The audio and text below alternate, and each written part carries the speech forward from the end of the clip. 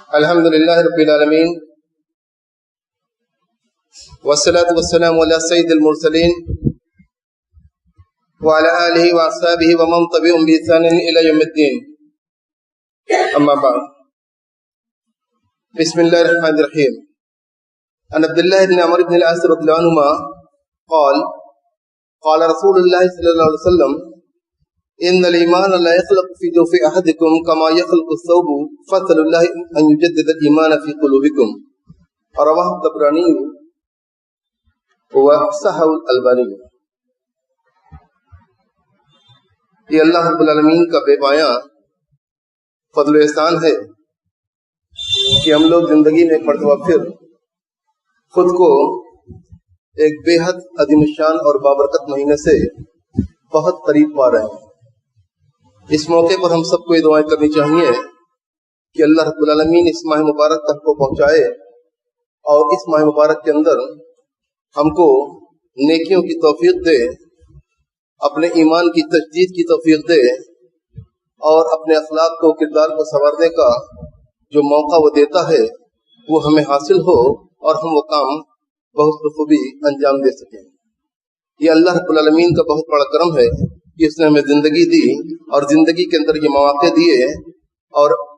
انہی مواقع میں سے ایک بہت ہی بیش قیمت موقع ہوتا ہے رمضان کا بابرکت مہینہ، جس میں انسان کی نیکیوں کی قدر قیمت اللہ رب العالمین کے ہاں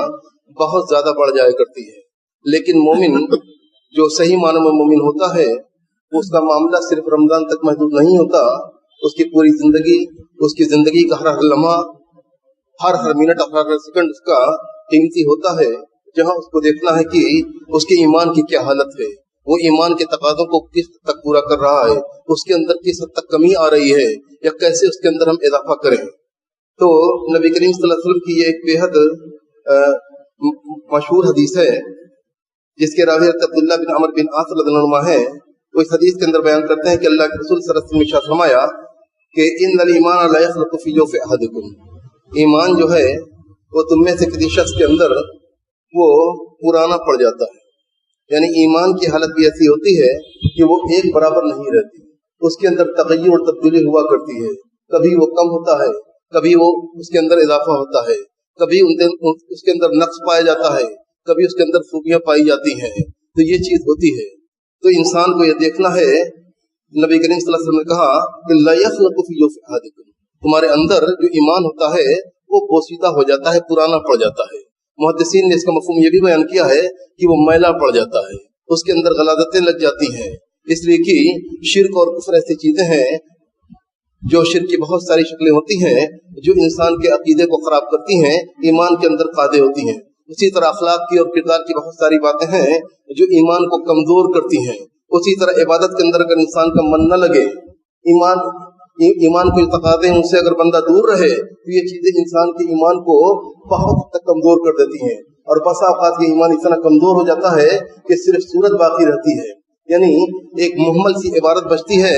اس کا کوئی مفہوم اور کوئی معنی نہیں رہ جاتا. اسی لیے ہم دیکھتے ہیں کہ معاشرے کے اندر بہت کثرت سے ایسے لوگ ہوتے ہیں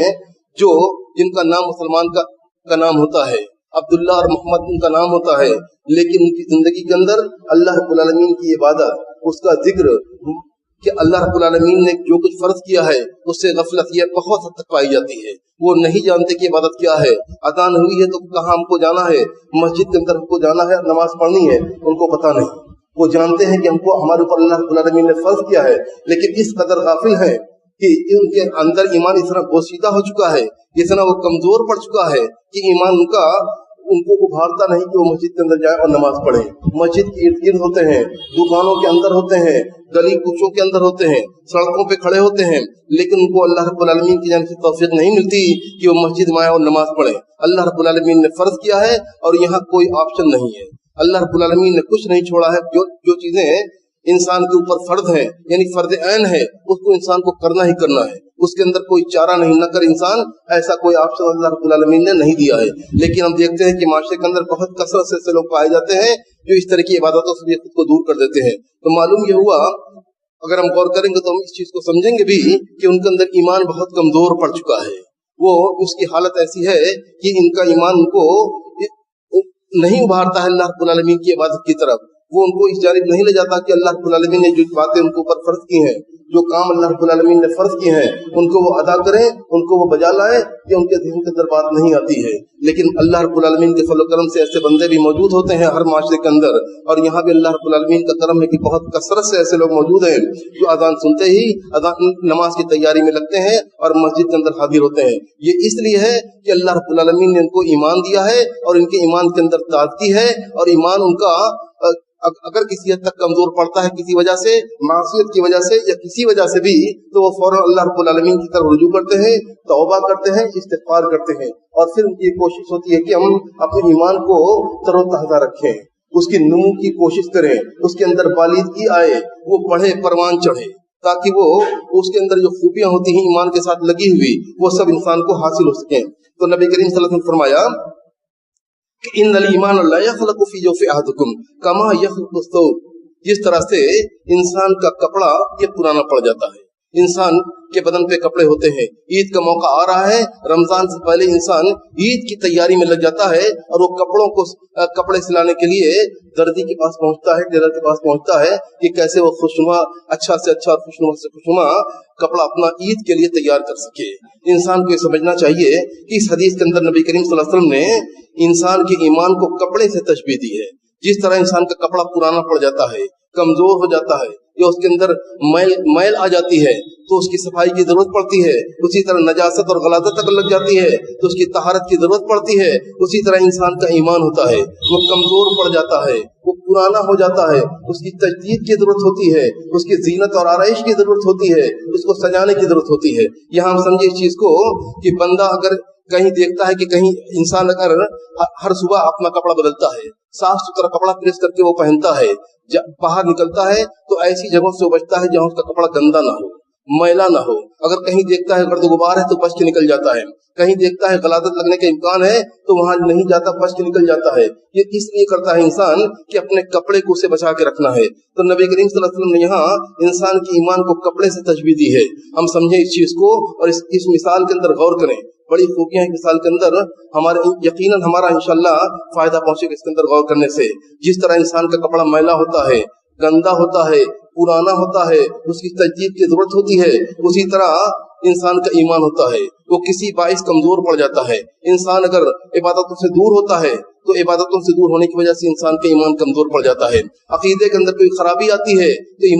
इंसान का ईमान नाकिस हो जाता है, उसके अंदर नक्स आ जाता है। ये चीजें होती हैं और बहुत सारी चीजें इसके साथ लगी हुई हैं। इंसान गौर करे तो छोटी बड़ी चीजें ऐसी हैं जो इंसान के ईमान को बढ़ाती भी हैं और इंसान के ईमान को कम भी करती हैं, उसे सुखा भी देती हैं और उसे तरोताजा और तर भी कर देती हैं, उसे जीनत भी देती हैं और उसकी जीनत को छीन कर उसे बदनुमा भी बना देती हैं। तो इन चीजों को हम समझें। फसलुल्लाह अन युजद्दिदल ईमान फी कुलूबिकुम, तो नबी करीम सल्लल्लाहु अलैहि वसल्लम फरमाया, हुक्म दिया मुसलमानों को कि देखो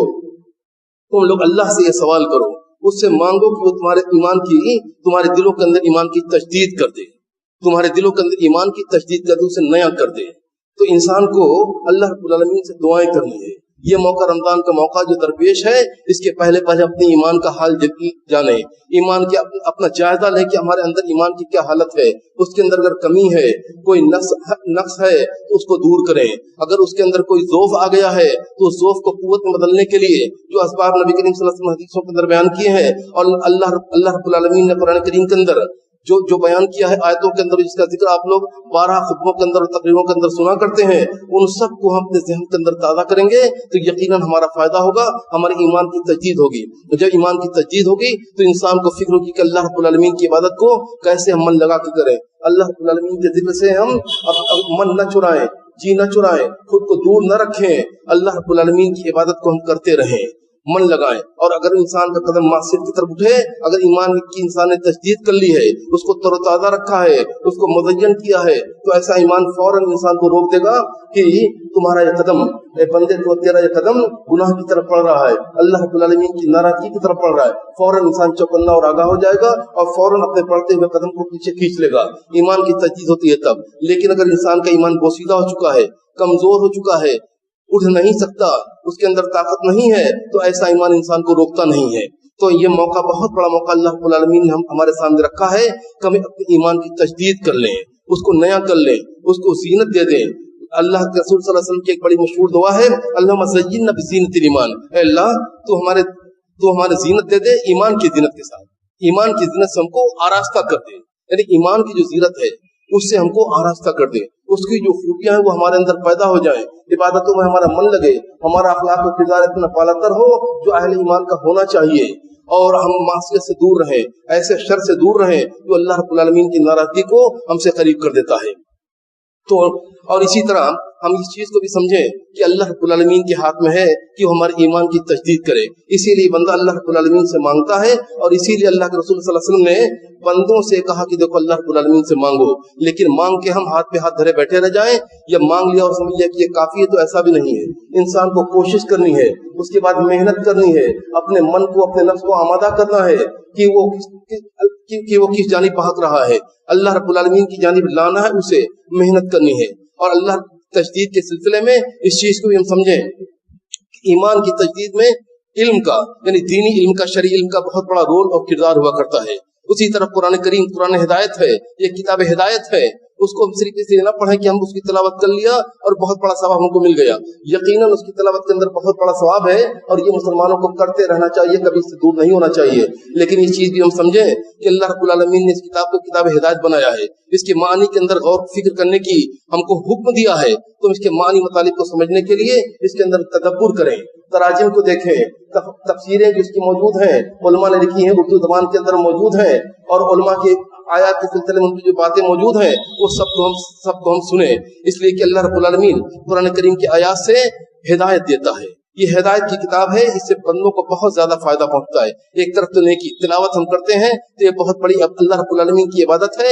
अल्लाह के जिक्र की एक बहुत बड़ी सूरत, सबसे बड़ी सूरत है कि हम कुरान करीम की तिलावत करते हैं। लेकिन उसके साथ साथ हम ये ना भूलें कि इस आयत को सिर्फ तिलावत कर लिया काफी होगा है, ऐसा नहीं है।